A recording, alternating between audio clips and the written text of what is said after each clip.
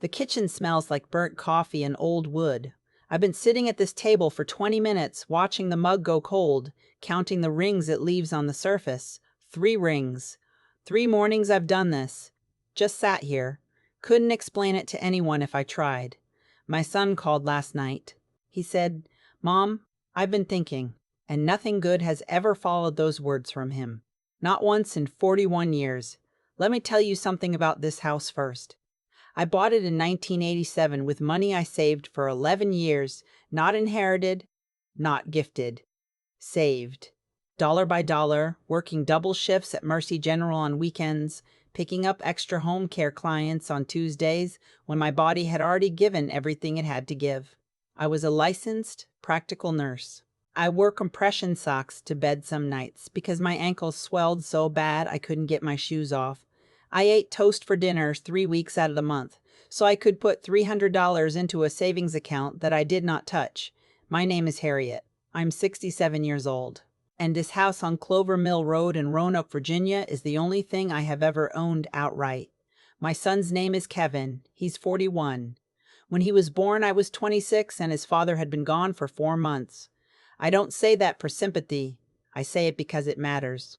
Because every choice I made from that point forward was made with Kevin in mind. The extra shifts, the toast dinners, the compression socks, the savings account I didn't touch. I did all of it with one hand and held him with the other. I paid for his college, University of Tennessee, 4 years, business administration. I took out a small loan for the first 2 years and worked it off before he graduated. I bought him a used car when he got his first job. I co-signed on his apartment when he moved to Charlotte. I did these things because I believed that's what a mother does. You give, and then you give again. He married a woman named Stella 3 years ago.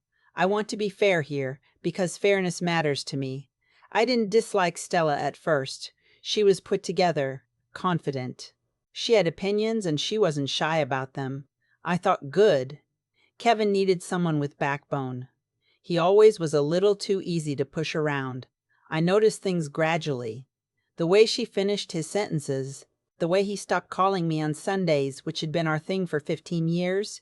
Sunday afternoons, Kevin would call. We'd talk for an hour. Nothing important. Everything important. That stopped about 8 months into the marriage. He said he'd been busy. She was standing right next to him when he said it. I could hear her breathing. At Thanksgiving 2 years ago, I drove 4 hours to Charlotte. I brought the sweet potato pie Kevin has asked for every single year of his adult life. The one with brown sugar and just a little nutmeg because he hates too much spice. I walked in and Stella had already set the table. There was no place for the pie. She'd bought 2 pies from a bakery, she told me, very modern-looking ones with hand-lettered labels. She said she hadn't realized I was bringing anything. Kevin was in the other room and did not come out when I arrived. I put the pie on the kitchen counter. I ate slices of it alone by the sink while everyone else was at the table. I should have read that more clearly than I did. The conversation started in January. Kevin called on a Wednesday, which was unusual. He said he and Stella had been doing some financial planning. He said it casually, like he was talking about the weather. Said they were looking at an investment opportunity, a mixed-use development in the South Charlotte corridor. A friend of his from work was involved. The returns looked solid, but the upfront capital requirements were significant. I said, "Kevin, what are you asking me?" He said, "Mom, the house." I was quiet for a moment, the kind of quiet where you're making sure you heard correctly. He said, "We wouldn't take it from you or anything. It would just be a co-ownership situation. You'd still live there. We'd put the house up as partial collateral for the loan, and once the development pays out, 18 months, maybe 24, we pay off the loan, you get a portion of the returns and the house is free and clear again." I said, "So you want me to use my house as collateral for an investment?" He said, "It's not risky, Mom. I wouldn't ask if it wasn't a sure thing." And that word right there. Sure, I've been a nurse for 31 years. I've watched doctors use that word. I've watched families use that word. Nothing in this life is sure. Not one single thing. I told him I'd think about it. That was January. He called again in February, same ask. A little more urgent. Stella had sent me a PDF. A prospectus, she called it. Color charts. Projected returns. Glossy photographs of other developments the group had done in Georgia and Tennessee. It looked professional. That's what scared me. I am not a woman who panics. I raised a child alone while working full-time in a field that does not allow panic. But that night, after I read the PDF, I sat in my living room with all the lights on, and I was afraid. This house is not just a house. My mother visited here. She sat in that chair by the window, the floral one that I've had reupholstered twice because I will not throw it away. She sat there the Christmas before she died, and she said, "Harriet, you did good." 3 words. That's all. But I've kept them like a stone in my pocket for 14 years. I called my friend Dorothy. We've known each other since nursing school, 1979. She's been through 2 divorces and 1 bankruptcy, and she has the clearest head of anyone I know. I told her everything. She listened without interrupting, which is rare for Dorothy. When I finished, she said, "Harriet, don't sign a single thing. Go talk to somebody first." I made an appointment with an estate attorney. Her name was Miss Patricia Owens. Wait, I need to use a different name. Her name was Miss Patricia Owens. Wait, I need to use a different name. Gwendolyn Marsh, a woman in her 50s with reading glasses on a chain around her neck and a very quiet office on Campbell Avenue. I found her through my church. Someone had used her for a will situation and said she was straightforward. That was the word they used. Straightforward. I needed straightforward. I brought the PDF Stella had sent. I brought the name of the development company. I brought a copy of my deed. Miss Marsh read everything while I sat across from her. She didn't rush. She turned pages slowly, and I watched her face, the way I used to watch a doctor's face when they were reading a chart. You learn to read the stillness. After a while, she set it down. She said, "Mrs. Harriet, has your son given you any documentation showing he's actually vetted this company?" I said no. She said, "Has anyone besides your son and his wife recommended this investment to you?" I said no. She said, "Do you understand that if the loan defaults and the house is listed as collateral, you could lose it? Not just in theory, you could lose it. Not just in theory, you could lose it." I said yes. She looked at me then. Really looked. And she said, "I want to be very honest with you.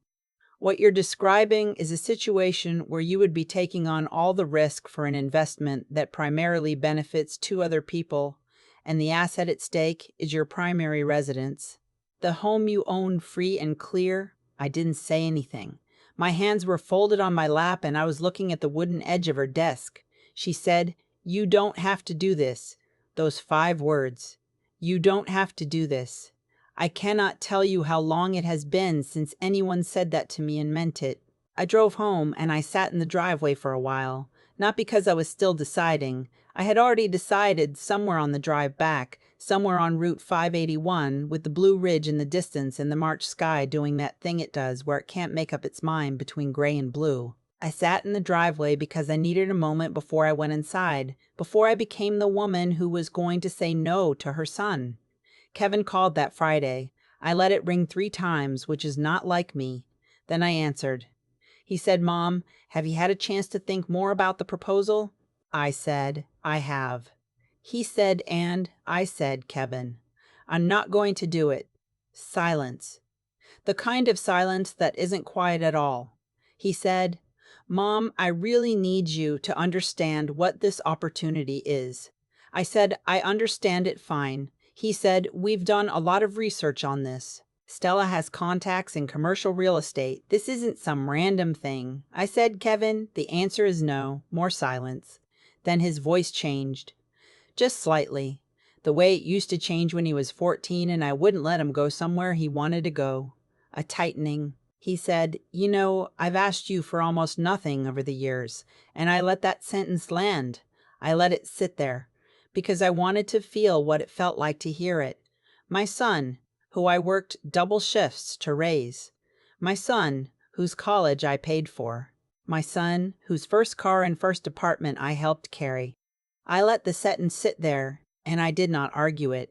I said, Kevin, I love you. The answer is no. He hung up. The next week was quiet. No calls. I went to church. I had lunch with Dorothy. I repotted the begonias on my back porch. I slept, which surprised me. I thought I would lie awake second-guessing, but I slept. On a Tuesday, 11 days after that phone call, Stella called me from her number. I almost didn't answer, but I did. She said, Harriet. She never called me Mom, which I had decided early on to take as a neutral fact rather than an insult. She said, Harriet, I think there's been a misunderstanding. I said, what misunderstanding is that? She said, Kevin didn't explain it right. You'd still have full use of the property. This is just a paperwork thing. I said, I spoke with an attorney. Pause. She said, you got a lawyer involved? I said, yes, a week ago. She said, Harriet, this is a family matter. You didn't need to get a lawyer involved in a family matter. And something clarified for me in that moment. Something that had been a little blurry became very sharp. Because the moment someone tells you that you don't need representation in a transaction involving your own property, that is the moment you understand exactly what they thought was going to happen. I said, Stella, I've taken care of this house for 36 years. Whatever you and Kevin decide to do with your finances, I wish you well, but my home isn't part of it. She said, Kevin is going to be very upset. I said, I know. I hung up. She was right. Kevin was upset. He called 3 days later, and the conversation lasted less than 5 minutes because he was not interested in talking. He was interested in telling me I was being selfish, that I always had to make things difficult, that he and Stella had already made plans based on my involvement, and now those plans were disrupted. I listened to the whole thing. I didn't raise my voice. I didn't remind him of anything. When he was finished, I said, Kevin, I'm sorry your plans are disrupted. I love you, but I'm not going to change my mind. He said, I need some space. I said, okay. And that was April. May was quiet too. I went to my niece's graduation in Richmond, 2 hours there and 2 hours back, and I bought her a card with a $100 bill inside because that's what my mother used to do, and some things you carry forward. I planted tomatoes. I got my car's oil changed. I signed up for a watercolor class at the community center on Jefferson Street, something I'd been meaning to do for years and kept not doing. The first class, I sat next to a woman named Alice who had just retired from teaching 5th grade and had the same nervous energy about the blank paper that I did. We painted lemons. Mine looked like yellow lumps. Hers looked like yellow lumps too. We laughed about it. That hour on a Wednesday morning felt like a small window opening. Dorothy came for dinner in June.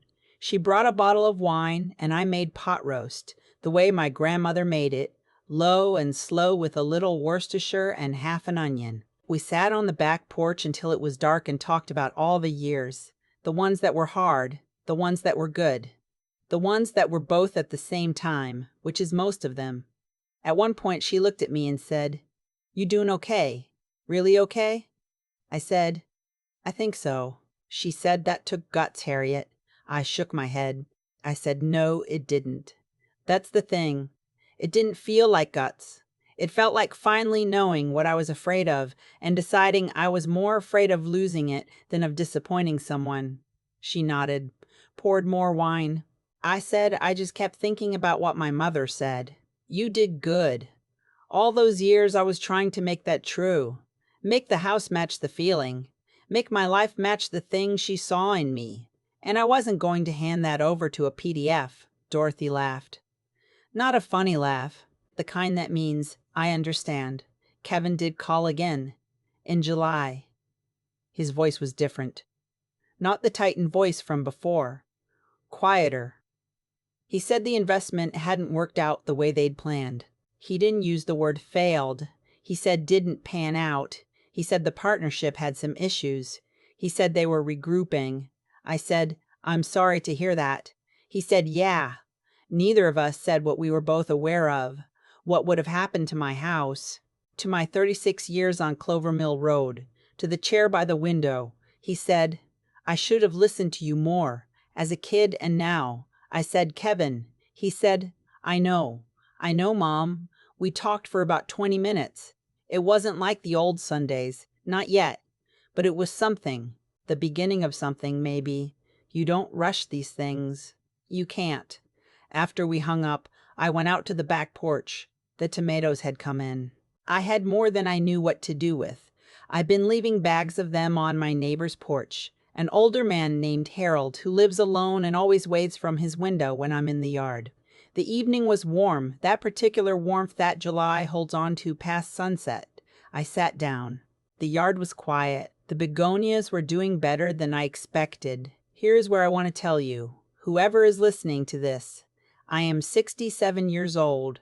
I am not rich. I have a pension and a part-time job and a savings account that I still treat carefully.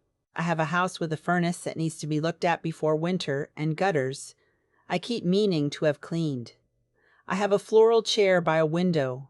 I have a tomato garden that gave more than I planned for. I have a friend named Dorothy. I have a watercolor class on Wednesdays where my lemons still look like lumps and I go anyway. I have a son. I'm not done loving. Even when it's hard. Even when he asks for things I can't give.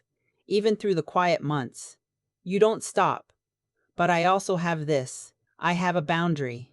I have the knowledge that love is not the same thing as surrender. That giving everything you have to someone is not the same as giving everything you are. I learned that too slowly. 30, 40 years too slowly. But I learned it. My mother sat in that chair and she said, "You did good." I used to think she meant the house. Now I think she meant me. I think she meant you survived. You made something real. You did not disappear. I am not going to disappear. Not for a PDF. Not for a phone call. Not for the silence of a son who needed space. Not for anyone. This house is mine. And so am I.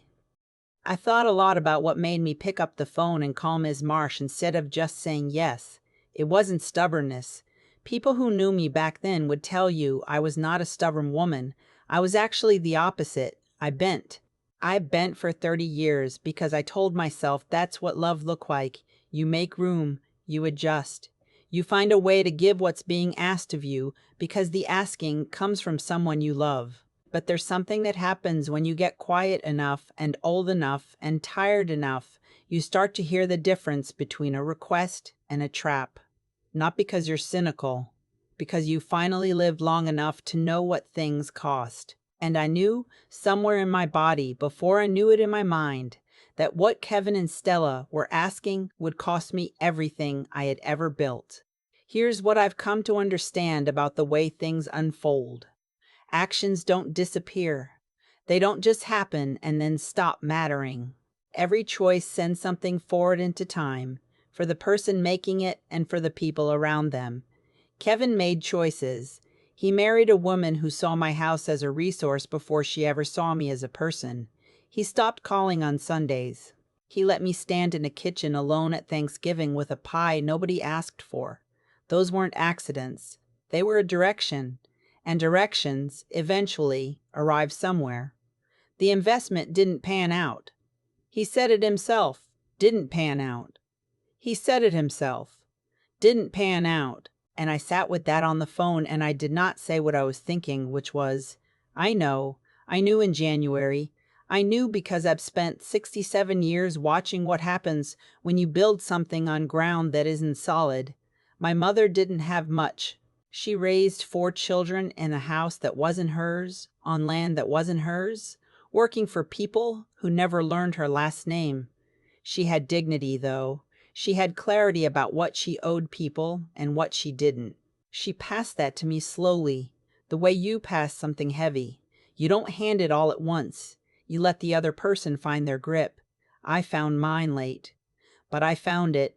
What I want to say, and I mean this plainly, not as a lesson, just as something true, is that wisdom isn't something you're given.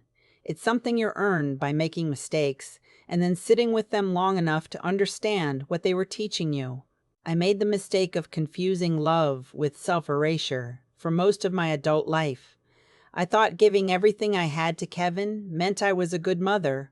Maybe it did in the early years, but somewhere it tipped.